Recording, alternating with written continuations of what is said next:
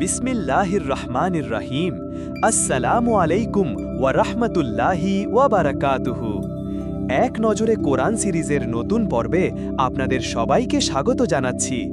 আজ আমরা আলোচনা করব পবিত্র কোরআনের অত্যন্ত গুরুত্বপূর্ণ একটি সূরা, সূরা বনী ইসরাইল, যা সূরা আল ইসরা নামেও পরিচিত, সেই সম্পর্কে।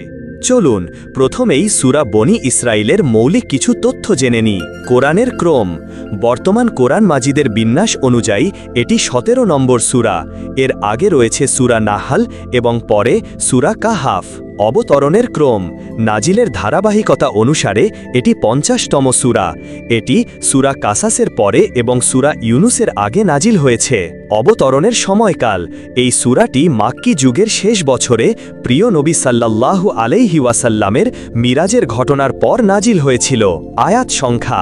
এই সূরায় মোট 111টি আয়াত রয়েছে। অবস্থান। এটি একটি মাক্কি সূরা। এবার আমরা জানব এই সূরার নামকরণের রহস্য সম্পর্কে। সূরাটির দুটি প্রসিদ্ধ নাম রয়েছে, বনী ইসরাইল এবং আল ইসরা। বনী ইসরাইল। বনী ইসরাইল মানে হল ইসরাইল অর্থাৎ হজরত ইয়াকুব আলাইহিসসালামের বংশধর। এই সূরার 4 থেকে 8 নম্বর আয়াতে বনী ইসরাইলের উত্থান পতনের ব্যাপারে বিস্তারিত আলোচনা করা হয়েছে। সেখান থেকেই সূরাটির নামকরণ করা হয়েছে বনী ইসরাইল। আল ইসরা। এই সূরার আরেকটি গুরুত্বপূর্ণ নাম হল আল ইসরা, যার অর্থ রাতের সফর। সূরার প্রথম আয়াতেই প্রিয় নবী সাল্লাল্লাহু আলাইহি ওয়াসাল্লামের মিরাজের রাতের সফরের কথা উল্লেখ করা হয়েছে, তাই এর নাম দেওয়া হয়েছে ইসরা। আসুন এই সূরার মূল ভাব এবং এর আগের সূরা অর্থাৎ সূরা নাহালের সাথে এর সম্পর্ক বোঝার চেষ্টা করি। সূরার ভাব শেষ। এই সূরাটিও আল্লাহ তাআলার পবিত্রতা বর্ণনার মাধ্যমে শুরু হয়েছে এবং শেষ হয়েছে আল্লাহর প্রশংসা বা তাহমিদের মাধ্যমে। এই দুটি বিষয় অর্থাৎ তাসবিহ ও তাহমিদ পরস্পর গভীরভাবে সম্পর্কিত। এমনকি আমরা যখন জিকির করি তখনও বলি সুবহানাল্লাহি ওয়া বিহামদিহি, অর্থাৎ প্রশংসার সাথে আল্লাহর পবিত্রতা ঘোষণা করছি। পূর্ববর্তী সূরার সাথে সম্পর্ক। সূরা বনী ইসরাইলের আগের সূরা হল সূরা নাহাল। সূরা নাহালের শেষে আল্লাহ তাআলা বলেন, যারা আল্লাহর অবাধ্যতা এড়িয়ে চলে এবং সুন্দরভাবে তার বিধিনিষেধ মেনে চলে, আল্লাহর তাদের সঙ্গে আছেন। আর এই সূরা বনী ইসরাইলের শুরুতেই আল্লাহ তাআলা এর একটি চমৎকার দৃষ্টান্ত তুলে ধরেছেন, যেখানে তিনি তার প্রিয় নবী সাল্লাল্লাহু আলাইহি ওয়াসাল্লামকে মিরাজ করিয়েছেন এবং তার মনোবল বাড়িয়েছেন।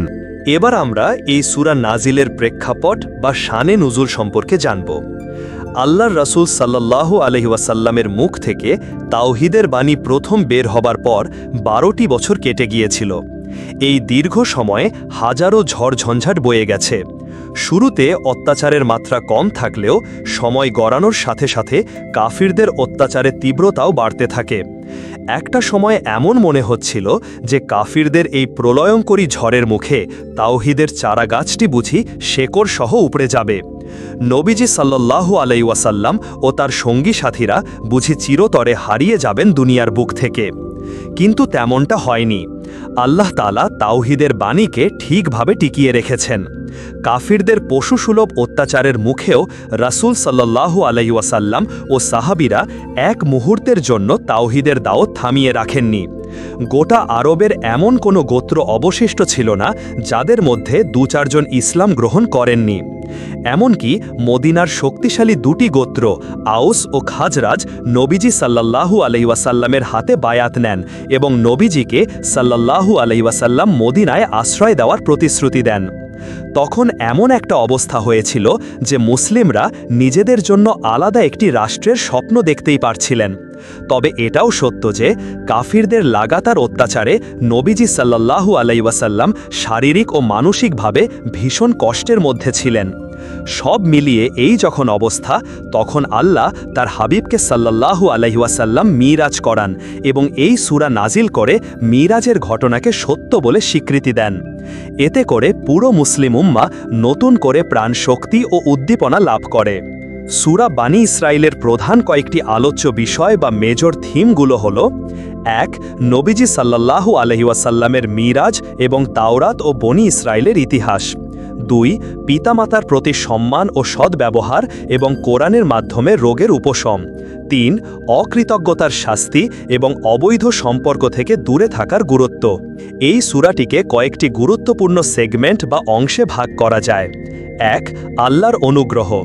যুগে যুগে আল্লাহ তাআলা যত রাসূলকে সাল্লাল্লাহু আলাইহি ওয়াসাল্লাম দুনিয়ার বুকে পাঠিয়েছেন তাদের ও তাদের জাতির ওপর তিনিই অনুগ্রহ করেছেন। 2 শান্তি। নবী রাসূলদের সাথে সাথে তাদের অনুসারীদের ওপরও আল্লাহর অনুগ্রহ অফুরান, তবে অবাধ্যতায় লিপ্ত হলে আল্লাহর শাস্তি বড়ই ভয়ানক। 3 অনুগ্রহের কৃতজ্ঞতাবোধ। আল্লাহর এই অনুগ্রহের ওপর কৃতজ্ঞতা আদায় করা জরুরি, আর কৃতজ্ঞতা আদায় করতে হবে তার আদেশ নিষেধ যথাযথভাবে মেনে চলার মাধ্যমে। এই সূরা তিলাওয়াতের একটি বিশেষ ফজিলত রয়েছে। আম্মাজান আয়েশা রাদিয়াল্লাহু আনহা থেকে বর্ণিত, তিনি বলেন, নবী সাল্লাল্লাহু আলাইহি ওয়াসাল্লাম সূরা বানী ইসরাইল ও সূরা জুমার না পড়ে ঘুমাতেন না। এই সূরায় একটি গুরুত্বপূর্ণ সতর্ক বার্তা রয়েছে, যাকে আমরা কজ অ্যান্ড এফেক্ট বা কার্যকারণ সম্পর্ক বলতে পারি। চরম সীমালঙ্ঘনকারীদের শাস্তির ব্যাপারে সবাইকে সতর্ক করতে হবে, কারণ তাদের জন্য পরকালে রয়েছে কঠিন পরিণতি। এবার আমরা এই সূরার গতিপথ বা সামগ্রিক আলোচনার ধারা এবং এর সেন্ট্রাল থিম বা কেন্দ্রীয় বিষয়বস্তু বোঝার চেষ্টা করব।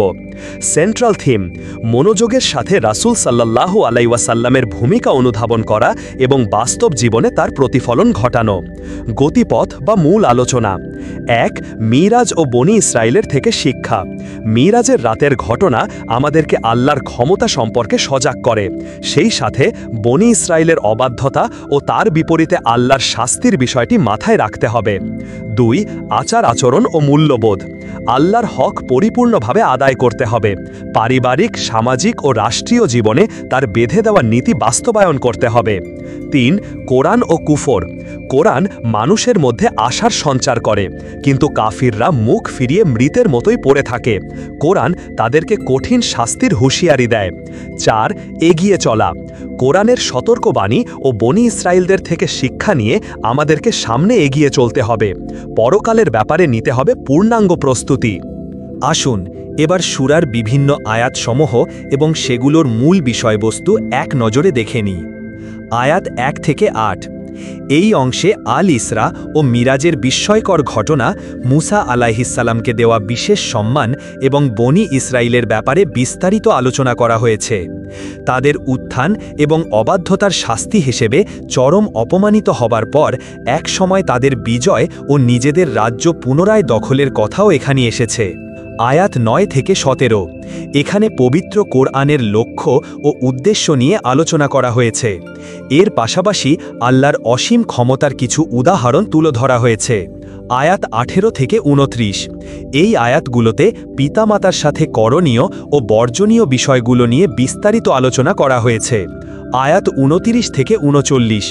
এখানে নিকট আত্মীয়, দরিদ্র ও মুসাফিরদের অধিকার এবং ইসলামী সমাজের মৌলিক কিছু নীতিমালা, যেমন অপব্যয় না করা, কৃপণতা না করা, সন্তান হত্যা না করা, জিনার কাছে না যাওয়া, এতিমের মাল ভক্ষণ না করা, প্রতিশ্রুতি রক্ষা করা, মাপে কম না দেওয়া এবং অহংকার না করার মতো গুরুত্বপূর্ণ বিষয়গুলো তুলে ধরা হয়েছে।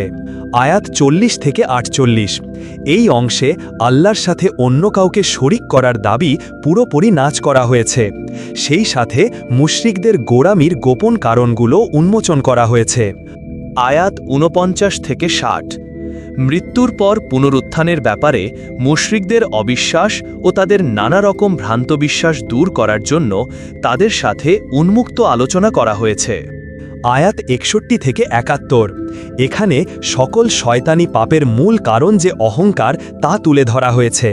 মানুষের ওপর আল্লাহর অনুগ্রহ এবং পরকালের কিছু চিত্র বর্ণনা করা হয়েছে। আয়াত 72 থেকে 83। নবী সাল্লাল্লাহু আলাইহি ওয়াসাল্লামকে মুশরিকদের প্রলোভন ও তার প্রতি আল্লাহর নির্দেশনার কথা বলা হয়েছে।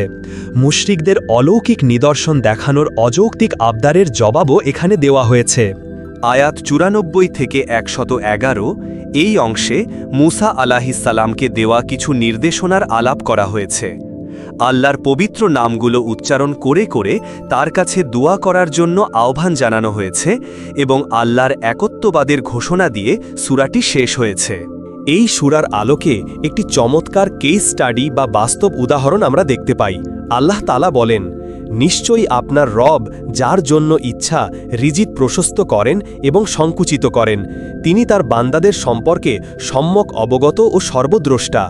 এই আয়াত নিয়ে ইমাম ইবনু কাসির রাহিমাহুল্লাহ একটি অসাধারণ কেস স্টাডি তুলে ধরেছেন।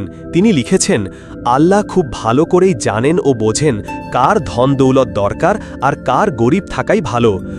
কোনো বান্দার জন্য দরিদ্রতাই উত্তম, কেননা সে যদি ধনী হতো তাহলে তার দিন ক্ষতির মুখে পড়ত। আবার কোনো বান্দার ক্ষেত্রে টাকা পয়সাওয়ালা হওয়াই ভালো, কেননা সে গরিব হলে তার দিন ঝুঁকিতে পড়ত।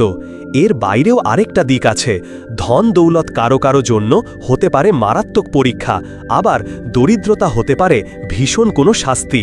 কাজেই আমরা জানি না প্রাচুর্য বা দরিদ্রতা আমাদের কার জন্য কি হিসেবে আসবে, তাই সবসময় আল্লাহর দরবারে আশ্রয় চাইতে হবে। এই সূরার গভীর তাৎপর্য বা তাদাব্বুর সম্পর্কে ইমাম সাদি রাহিমাহুল্লাহর একটি গুরুত্বপূর্ণ পর্যবেক্ষণ রয়েছে।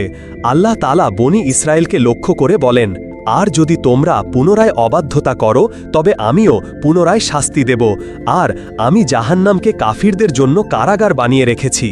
ইমাম সাদি রাহিমাহুল্লাহ এই আয়াতের চমৎকার এক রিফ্লেকশন তুলে ধরেছেন।